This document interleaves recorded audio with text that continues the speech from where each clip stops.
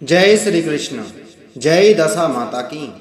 नमस्कार दोस्तों, आज मैं आपको दशा माता व्रत की तीसरी कहानी सुना रहा हूँ। एक घर में सास बहू रहती थी। बहू का पति परदेश में गया था। एक दिन सास ने बहू से गांव में से आग लाकर भोजन पकाने को कहा। बहू गांव में आग लाने गई, पर किसी ने भी उसे आग नहीं दी और सभी ने कहा कि जब तक दशा माता की पूजा नहीं हो जाती तब तक आग नहीं मिलेगी। बेचारी बहू खाली हाथ घर लौट आई। उसने सास को बताया कि गांव भर में आज दशा माता की पूजा है, इसलिए कोई आग नहीं दे रहा है। शाम हो जाने पर सास आग लेने गांव में गई तो स्त्रियों ने उसे आराम से बैठाया और कहा कि सुबह तुम्हारी बहू आग लेने आई थी, परंतु हमारे यहाँ पूजा नहीं हुई थी, इसलिए आग नहीं दे सकी। सास आग लेकर अपने घर पहुंची थी कि एक आदमी बछड़ा लिया आया और उसके पीछे एक गाय थी। स्त्री ने उससे पूछा कि यह गाय का पहला बच्चा है क्या? आदमी ने उत्तर दिया, हाँ। उसने फिर पूछा कि बछड़ा है या बछिया? उसने जवाब दिया कि बछड़ा है। सास ने घर जाकर बहू से कहा, आओ हम दोनों भी दशा माता का डोरा लें और व्रत करें। दोनों सास बहू ने डोरा लिया। सवेरे से व्रत आरंभ किया। 9 व्रत पूरे हो जाने पर 10वें दिन डोरी की पूजा की। सास बहू दोनों ने मिलकर गोल गोल 10-10 अर्थात कुल 20 फेरे बनाए। 21वां बड़ा फेरा गाय को दिया। पूजन समाप्त होने पर सास बहू दोनों पारण करने बैठी। उसी समय बुढ़िया के बेटे ने परदेश से लौटकर दरवाजे पर आवाज लगाई। आवाज सुनकर माँ ने मन में सोचा कि क्या हुआ, थोड़ी देर बेटा दरवाजे पर ही खड़ा रह जाएगा, मैं पारण करने के बाद दरवाजा खोलूंगी। इधर बहू ने आवाज सुनी तो उसने रुकने का साहस नहीं किया। अपनी थाली का अन्न इधर उधर करके झट से पानी पीकर उठ खड़ी हुई। उसने जाकर दरवाजा खोला। पति ने उससे पूछा कि अम्मा कहाँ है? बहू ने उत्तर दिया कि वह तो अभी पारण कर रही हैं। तब पति बोला, मैं तुम्हारे हाथ का जल भी नहीं पीऊंगा, क्योंकि मैं 12 वर्ष से घर आया हूँ। इतने दिनों ना जाने तुम किस प्रकार रही होगी। अम्मा आएंगी, वह जल पिलाएंगी, तब ही जल पीऊंगा। यह सुनकर स्त्री चुपचाप बैठ गई। इतने में उसकी अम्मा पारण कर अपनी थाली धोकर पी चुकी। तब वह लड़के के पास गई। लड़के ने माँ के पैर छुए। अम्मा उसे आशीर्वाद देकर बेटे को घर में ले गई। माता ने थाली परोस कर रखी। बेटा भोजन करने लगा। उसने हाथ में पहला ग्रास ही लिया था कि फेरों में से वे टुकड़े जो बहू ने अपनी थाली में फेंक दिए थे अपने आप बेटे के सामने आने लगे। बेटे ने माँ से पूछा, यह सब क्या हो रहा है? माँ बोली, मैं क्या जानूं बेटा, बहू जाने। यह सुनकर बेटा आग बबूला होकर बोला, ऐसी बहू मेरे किस काम की? जिसके चरित्र की तुम साक्षी नहीं हो, उसको मैं घर में नहीं रख सकता। इसे अभी घर से निकालो, यदि ये घर में रहेगी तो मैं घर में नहीं रहूंगा। माँ ने बेटे को व्रत के पारण का सवाल बताकर हर तरह से समझाया, परंतु वह मानने को तैयार नहीं हुआ। वह यही कहता रहा कि इसे घर से बाहर करो तो मैं रह सकता हूँ। माँ ने सोचा, बहू को थोड़ी देर के लिए बाहर कर देती हूँ, जब लड़के का गुस्सा उतर जाएगा तब बहू को बुला लूंगी। बुढ़िया ने बहू से कहा, देहरी के बाहर जाकर पेड़ के नीचे थोड़ी देर के लिए खड़ी हो जा।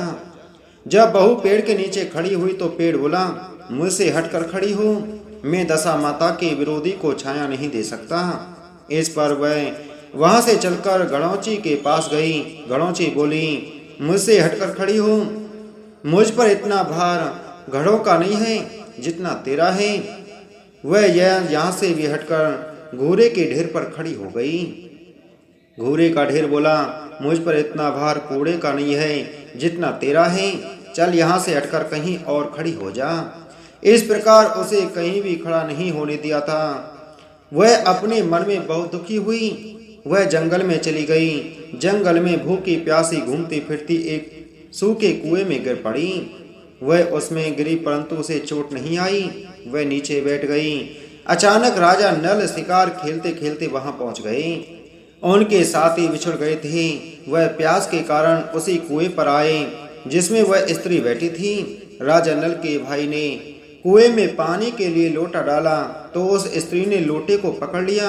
भाई ने नल से कहा कि इस कुएं में किसी ने लोटा पकड़ लिया है। तब राजा नल ने कुएं पर आकर कहा कि यदि तुम पुरुष हो तो मेरे धर्म के भाई हो, और यदि स्त्री हो तो मेरी धर्म की बहन हो। तुम जो भी हो बोलो, मैं तुम्हें बाहर निकाल लूंगा। स्त्री ने आवाज दी। राजा ने उसे बाहर निकाल लिया तथा हाथी पर बैठकर राजधानी ले आया। महाराज को शिकार से लौटकर महलों की ओर आते देखकर सेवकों ने महारानी को महाराजा के आने की सूचना दी। सेवकों ने एक स्त्री को हाथी पर बैठा देखकर रानी को बताया कि महाराजा एक नई रानी भी साथ ला रहे हैं। यह जानकर रानी बड़ी दुखी हुई। इतने में महाराज भी वहां आ पहुंचे। रानी ने हाथ जोड़कर विनती की, महाराज मुझसे ऐसी क्या गलती हो गई जो मेरे रहते आपने दूसरा विवाह कर लिया। राजा नल ने हंसकर उत्तर दिया, वह तुम्हारी सौत नहीं ननद है, मेरी धर्म की बहन है। तुम्हें इसके साथ अपनी सगी ननद की तरह बर्ताव करना चाहिए। यह सुनते ही महारानी का मुख प्रसन्नता से कमल की भांति खिल उठा। वह बोली, अब तक मैं ननद का सुख नहीं जानती थी। अच्छा हुआ जो मुझे भाग्य से ननद भी मिल गई। राजा ने उसका नाम मुंह बोली बहन रखा और उसके लिए अलग महल बनवाया। उसके दिन अब सुख पूर्वक बीतने लगी। एक दिन राजा की घोड़ी का बच्चा हुआ तो राजमहल की स्त्रियां बधाई गीत गाने लगी। मुंह बोली बहन ने अपनी दासियों से कहा, बाहर जाकर पता करो कि किस बात की बधाई गाई जा रही हैं। दासियों ने बताया, महाराजा की घोड़ी ने अच्छी घड़ी में एक उत्तम बच्चे को जन्म दिया है, उसकी बधाई गाई जा रही है। मुंह बोली बहन ने पूछा, क्या घोड़ी ने पहली बार जन्म दिया है? दासियों ने उत्तर दिया, हाँ। तब मुंह बोली बहन ने महारानी के पास जाकर कहा, आओ भाभी रानी, हम तुम दोनों दशा माता का डोरा लें। रानी ने पूछा, डोरा क्या चीज है, मुझे समझाओ। वह बोली, दशा माता के व्रत का यह नियम है कि पहले पहल जब गाय या घोड़ी या स्त्री के प्रसव की खबर सुने तब डोरा लेकर व्रत आरंभ करें। 9 व्रत करने के बाद 10वें दिन डोरे का पूजन करके विसर्जित करते हैं। इसी के साथ उसने पारण का नियम भी बताया। तब महारानी बोली, तुम्हारा व्रत तुमको फले। मैं पूरी और दूध की खीर खाने वाली रानी महारानी भला बन फरा गोले की पपड़ी खाकर कैसे रह सकती हूँ? ऐसा खाना खाए मेरा दुश्मन। वह बोली, भाभी मुझे जो चाहे कह लो, परंतु व्रत के संबंध में कुछ मत कहो। मैं इसी व्रत के उल्लंघन के कारण मारी मारी फिरती आपके देश में आ गई हूँ। महारानी ने उदासीनता के साथ कहा, मुझे क्या पड़ी है, तुम्हें जो अच्छा लगे वह करो, मैं मना तो नहीं कर रही हूँ। मुंह बोली बहन ने श्रद्धा पूर्वक डोरा लिया। 9 दिन तक व्रत किए। 10वें दिन विधिवत पूजन किया, गोला फरा बनाए और संध्या को पारण करने बैठी। उसी समय उसके पति को अचानक कुछ प्रेरणा सी हुई और वह अपनी माता से आज्ञा लेकर अपनी पत्नी को ढूंढने चल दिया। घूमता फिरता वह राजा नल की राजधानी में पहुंच गया और अपनी पत्नी का पता लगाने लगा। उसने एक कुएं पर कुछ औरतों को बातें करते देखा। वह कह रही थीं, राजा की मुंह बोली बहन बहुत ही सुंदर ही स्त्री है, आजकल उसी का किया हुआ सब कुछ होता है। दूसरी स्त्री बोली, वह सुंदर होने के साथ साथ धर्मात्मा भी है, जब से आई है तभी से उसने सदा व्रत खोल रखा है, उसके दरवाजे से कोई भी व्यक्ति खाली हाथ नहीं लौटता। तीसरी स्त्री बोली, वह जैसी धर्मात्मा है वैसी सदाचारणी भी है। चौथी स्त्री बोली, वह सदाचारणी और सर्वप्रिय भी है, सारी प्रजा उससे खुश है। पांचवी स्त्री बोली, यह सब तो सही है, परंतु अब तक यह पता नहीं चला कि वह कौन है और कहाँ की रहने वाली है। उन औरतों की बात सुनकर वह साधु के वेश में राजा नल की मुंह बोली बहन के महल के द्वार पर जा पहुंचा। वहां उसने भिक्षा के लिए आवाज लगाई तो द्वारपाल उसे भिक्षा देने लगा।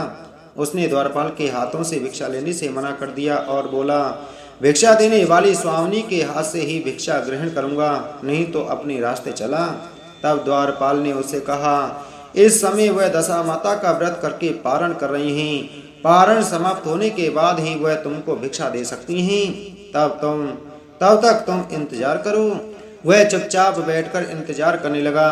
पारण कर लेने के बाद वह मुट्ठी भर मोती लेकर आई, परंतु सामने अपने पति को पल्ला फैलाए देखकर वह मुस्कुराती हुई लौट गई। दोनों ने एक दूसरे को पहचान लिया था। महारानी ने मुंह बोली नंद को मुस्कुराते देखकर कहा, जब से तुम आई हो आज तक मैंने मुस्कुराते नहीं देखा। आज इस साधु को देखकर हंसने का क्या कारण है? मुंह बोली बहन ने उत्तर दिया कि वह साधु हमारे घर का है। रानी ने पूछा, तब वह ऐसे क्यों आया है? उसने कहा, वह अभी मेरा पता लगाने आया है। महारानी ने राजा नल से कहा, तुम्हारी मुंह बोली बहन के घर के लोग आए हैं। राजा ने कहा, उनसे कह दो कि अभी यहाँ से घर जाकर वहाँ से हमारी हैसियत से आए, तब मैं बहन की विदाई करूँगा। राजा नल की मुंह बोली बहन का पति घर जाकर अपनी माँ से बोला, तुम्हारी बहू राजा नल के यहाँ उसकी बहन बनकर रह रही है। वह रोज सदा व्रत करती है और नियम धर्म से दिन बिताती है। तब उसकी माता ने उसे आज्ञा दी कि बहू को ले आओ।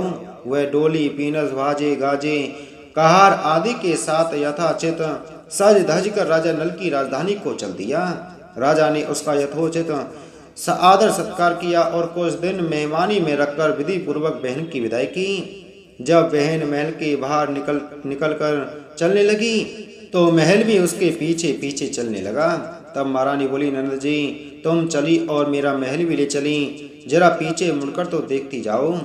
जो ही उसने मुड़कर पीछे की ओर देखा तो राजा का संपूर्ण राशि वैभव अचानक लुप्त हो गया। राजा की मुंबली बहन तो अपने पति के साथ आनंद से रहने लगी, परंतु राजा नल व रानी का यह हाल हो गया कि वे दोनों कमरे कथरी ओढ़े फिरने लगी। उनके भोजनालय में पत्ते खड़खड़ाने लगे। राजा नल ने रानी से कहा, अब हमें यहाँ से कहीं दूसरी जगह चले जाना चाहिए। रानी पतिव्रता स्त्री थी, उसने राजा की आज्ञा मान ली। चलते चलते एक गांव के पास पहुंचे। वहां पर बेरी के पेड़ पर बेर लगे हुए थे। राजा रानी दोनों भूखे थे। उन्होंने बेरों को उठाया तो बेर लोहे के हो गई। इस प्रकार राजा रानी जिस वस्तु को भी हाथ लगाते हुए कंकर पत्थर में बदल जाते थे। इतने पर भी राजा रानी आगे बढ़ते गए। रास्ते में उन्हें एक व्यापारी मिला। व्यापारी ने राजा रानी को पहचान लिया। उसने राजा रानी के भोजन के लिए शेर भर आटा दिया। वे आटा लेकर नदी के किनारे गए। राजा रानी भोजन बनाने लगी और राजा नल स्नान करने चले गए। उस नदी में मछुआरे मछलियां पकड़ रहे थे। मछेरों ने राजा को 4 मछलियां दी। रानी ने मछलियां भूनकर रोटियां बना ली। राजा नल भोजन करने बैठे तो रोटियां ईंट में परिवर्तित हो गईं और मछलियां उछलकर नदी में चली गईं। वहां से चलकर राजा रानी अपनी मुंहबोली बहन के यहाँ गए। बहन को जब पता चला कि भाई भाभी आए हैं तो उसने सेवकों से पूछा, कैसे आए हैं? सेवकों ने कहा कि भिखारियों के हाल में आए हैं। यह सुनकर उसे बड़ी लज्जा आई। उसने राजा रानी को एक कुमार के यहाँ ठहरा दिया। शाम को थाल सजाकर बहन स्वयं भाभी के मिलने के लिए कुमार के घर गई। उसने भाभी के सामने थाल रखा तो भाभी ने कहा कि इस थाल में जो कुछ भी है उसे कुमार के चक्की के नीचे रख दो और चली जाओ। ननद थाल का सामान चक्की के नीचे रखकर चली गई। थोड़ी देर में राजा ने आकर रानी से पूछा, कहो बहन आई थी, क्या लाई थी? रानी ने कहा, आई तो थी, पर जो कुछ लाई थी मैंने इस चक्की के नीचे रखवा दिए हैं। राजा ने वहां देखा तो वहां कंकड़ पत्थरों के सिवा कुछ भी नहीं था। राजा को समझते देर नहीं लगी कि यह सब बुरी दशा के कारण है। भला वह मेरे लिए कंकड़ पत्थर क्यों लाएगी? अब राजा रानी वहां से चलकर अपने मित्र के घर गए। मित्र को लोगों से पता चला तो उसने उनसे पूछा, कैसे आना हुआ? उन्होंने उत्तर दिया, भिखारियों के हाल में आए हैं। मित्र ने दुखी होकर कहा, कोई बात नहीं, जैसे आए वैसे अच्छे आए, आखिर मित्र ही, उन्हें महलों में ले आओ। मित्र ने उन दोनों का स्वागत किया, स्वादिष्ट भोजन कराया। एक कमरे में उनके लिए पलंग बिछवा दिए। उस कमरे में एक खूंटी पर नौलखा हार टंगा था। आधी रात के समय राजा तो सो गए, परंतु रानी जाग रही थी। रानी ने देखा कि हार वाली खूंटी के पास दीवार में एक मोर का चित्र बना हुआ है। मोर धीरे धीरे हार को निगल रहा है। रानी ने राजा को जगाकर वह दृश्य दिखाया। राजा ने सोचा, यहाँ से चुपचाप भाग चलना चाहिए, नहीं तो सवेरे चोरी का कलंक लगेगा। तब मित्र को क्या मुख दिखलाएंगे? बेचारे राजा और रानी ने ही रात में ही उठकर जंगल की तरफ चले गए। दोनों चलते चलते एक दूसरे राजा की राजधानी में पहुंच गए। वहां अतिथि और भिक्षुकों को सदाव्रत दिया जाता था। वे दोनों भी सदाव्रत लेने गए, परंतु उस समय सदावर्त बंद हो चुका था। वहाँ के अधिकारियों ने कहा, यह लोग न जाने कहाँ से अभागे आए हैं कि इन्हें देने के लिए कुछ भी नहीं बचा, फिर भी इन्हें एक एक मुट्ठी चने दे दो। उन्होंने इस प्रकार से अनादर और कड़वी बातें सहित दान लेना अस्वीकार कर दिया। वे धनाक्षक की निंदा करते हुए बोले कि ऐसी कंजूसी है तो सदावर्त देने का नाम ही क्यों करता है। धनाध्यक्ष बोला, यह तो बड़ा घमंडी भिक्षुक लगता है, भीख भी मांगता है और गाली भी देता है, इनको हवालात में डाल दो। इस प्रकार दोनों को एक कोठरी में बंद कर दिया गया। एक एक मुट्ठी चने दोनों को खाने के लिए मिलने लगे। जिस कोठरी में राजा रानी बंद किए गए थे उसी के पास आम रास्ता था। एक जमादारनी राजा की घुड़साल साफ कर उसी रास्ते से निकला करती थी। एक दिन वह बहुत देर से निकली। रानी उससे पूछने लगी, आज तुम्हें इतनी देर कैसे हो गई। वह बोली कि आज राजा की घोड़ी के बच्चा हुआ था, उसकी टहल में देर हो गई। रानी ने पूछा कि घोड़ी का पहला प्रसव है क्या। जमादारनी ने बताया, पहली बार। रानी ने फिर पूछा, बछेड़ा हुआ है या बछेड़ी। जमादारनी ने बताया कि बहुत अच्छा बछेड़ा हुआ है। यह सुनकर रानी ने राजा से कहा, एक बार मैंने तुम्हारी मुंह बोली बहन के डोरे का नर्तन किया था, उसी दिन से हमारी यह दशा बदल गई। मैं आज दशा माता का डोरा लेना चाहती हूँ। राजा ने कहा, परंतु यह पूजा की सामग्री कहाँ से आएगी, उसके नियम धर्म का पालन कैसे होगा। रानी ने उत्तर दिया, दशा माता ही सब कुछ करेंगी, मैं तो उन्हीं का नाम लेकर डोरा लेती हूँ, फिर जो होगा देखा जाएगा। रानी ने 9 तार राजा की पगड़ी से और 1 तार अपने आंचल का लेकर उसका अपना डोरा तैयार किया और उसी समय से व्रत करने लगी। थोड़ी देर में ही वहाँ का राजा अपनी घोड़ी को देखने के लिए उसी रास्ते से निकला। राजा ने नल दंपत्ति को कोठरी में बंद देखकर पूछा कि वे लोग कौन हैं और इनका क्या अपराध है। पहरेदारों ने कहा, ये लोग भिक्षा लेने आए थे, ये आपको आशीर्वाद देने के बदले गालियां देते थे, इसी कारण धनाध्यक्ष ने इन लोगों को कैद में डाल दिया है। राजा ने कहा, यह तो इनका कोई अपराध नहीं है, इनको मनवांछित भिक्षा नहीं मिली होगी इसलिए गालियां देने लगे होंगे। इनको संतुष्ट करना चाहिए था, ना कि कैद में डाल देना चाहिए। इनको अभी रिहा करो। राजा की आज्ञा से उसी समय दोनों को कोठरी से बाहर निकाला गया। राजा उनके पांव में पद्म और माथे पर चंद्रमा देखकर पहचान गया कि यह तो राजा नल और रानी दमयंती हैं। इस पर उसने दोनों हाथों से हाथ जोड़कर क्षमा मांगी और हाथी पर बैठाकर अपने महल में ले गया। कुछ दिन तक राजा के यहाँ रहकर उन दोनों ने पूरे राजसी ठाठ के साथ अपनी राजधानी की ओर प्रस्थान किया। रास्ते में वे अपने पहले मित्र के यहाँ गए। मित्र ने राजा नल की आने की खबर सुनकर लोगों से पूछा, मित्र आए तो कैसे आए। लोगों ने कहा, अब की बार तो राजसी ठाठ बाट के साथ हाथी घोड़े डंका निशान पालकी पीनस एवं फौज को साथ लेकर आए हैं। मित्र ने कहा, अच्छी बात है, आने दो। मेरे लिए तो वैसे जैसे जब थे वैसे ही अब भी हैं, आखिर हैं तो मित्र ही।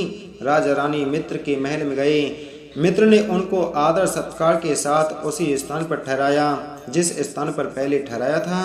आधी रात के समय जब राजा सो रहे थे और रानी पैर दबा रही थी, तब रानी ने देखा कि मोर का चित्र जो पहले हार को निगल गया था उसे उगल रहा है। रानी ने राजा को जगाकर यह दृश्य दिखाया। राजा नल ने अपने मित्र को बुलाकर यह दिखाया।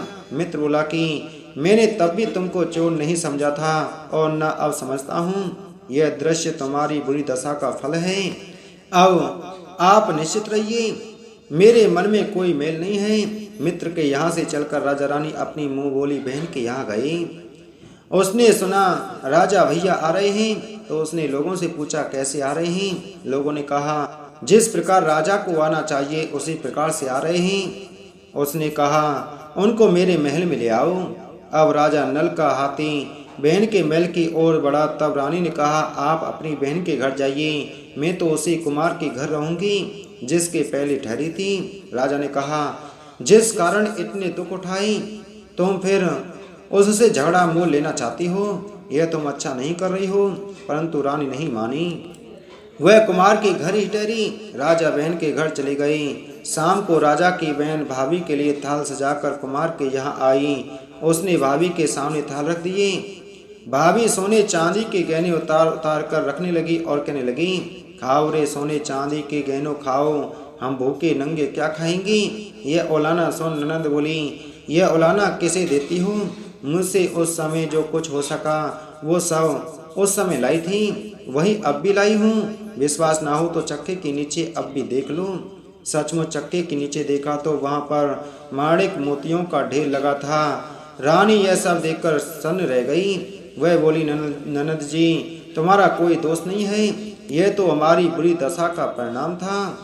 रानी ने ननद का लाया सब सामान तथा उनमें अपनी तरफ से कुछ और जवाहरात मिलाकर ननद को वापस कर दिया, परंतु ननद को पूजा का न्योता देना भूल गई। वहां से चलकर राजा सूरा गाय के पास आए। गाय ने सेना सहित राजा को भरपेट दूध पिलाया। वहां से आगे चलकर वे नदी के तट पर पहुंचे तो वहां पड़ाव डाला। भोजन बनवाया गया। जब राजा भोजन करने बैठे तो उसी समय नदी में उछलकर गिरी हुई भुनी भुनाई मछलियां अपने आप थाली में गिर पड़ीं। वह रोटियां जो ईंट पत्थर की थीं फिर से रोटियां बन गईं। राजा ने कहा, यह सब क्या हो रहा है, को समझ में नहीं आता। रानी ने बताया कि ये रोटियां और मछलियां वे ही हैं जो उस दिन हमें नसीब नहीं हुई थीं। मैं यदि आपसे उस समय कहती भी कि तली हुई मछलियां जल में उछल गईं और रोटियां ईंट बन गईं तो आप कदापि भी इसे सच नहीं मानती। इसी कारण मुझे बहाना बनाना पड़ा था। अब राजा रानी अपनी राजधानी की ओर आगे बढ़े। जब राजा की फौज अपनी राजधानी के समीप पहुंची तो वहां के लोगों ने समझा कि दूसरे राजा ने राजधानी पर आक्रमण कर दिया है। वे सब घबरा गए। वहां के लोग नजराना लेकर राजा के मिलने गांव के बाहर आए, परंतु यह क्या, यह तो अपने राजा हैं। लोगों का प्रसन्नता का ठिकाना न रहा। वे श्रद्धा भक्ति के साथ महाराज के आगे चलकर उन्हें उनके महल में ले गए। राजा रानी ने महल में प्रवेश किया। रानी ने तुरंत दशा माता की पूजा का प्रबंध किया। उसने उस पूजा में नगर की सब सौभाग्यवती स्त्रियों को बुलाया। भगवती के भोग के लिए सब प्रकार के पकवान बनाए गए। आटे की 10 बतियां, 10 शक्कर की गुंजियां और 10-10 अठवाइयां स्वागनों के आंचल में डाली। स्वागनों का श्रृंगार करके दशा माता की पूजा आरंभ की। कलश स्थापित करके दीपक को जलाया गया, परंतु उसकी बत्ती नहीं जली। इस पर पंडितों ने कहा कि कोई न्योता पाने वाला न्योतने को तो नहीं रह गया है, स्मरण किया जाए, उसके आने पर दीपक जल जाएगा। रानी ने सोच विचार कर बताया कि ननद न्योतने से रह गई है। पंडितों ने कहा कि उसे फौरन बुलाया जाए। राजा ने अपना दुरतगामी रथ भेजकर अपनी मुंह बोली बहन को बुलवाया। उसके आते ही कलश का माणिक दीपक प्रज्वलित हो गया। बड़ी धूमधाम से पूजा की गई। अंत में स्वागनों को भोजन कराकर विदा किया गया। उसी समय ननद राजा ने राज्य में आज्ञा जारी की, मेरी प्रजा के लोग दशा माता का व्रत किया करें। भगवती माता ने जिस प्रकार राजा नल के दिन फेरे उसी प्रकार सबके दिन फेरें। बोलो दशा माता की जय।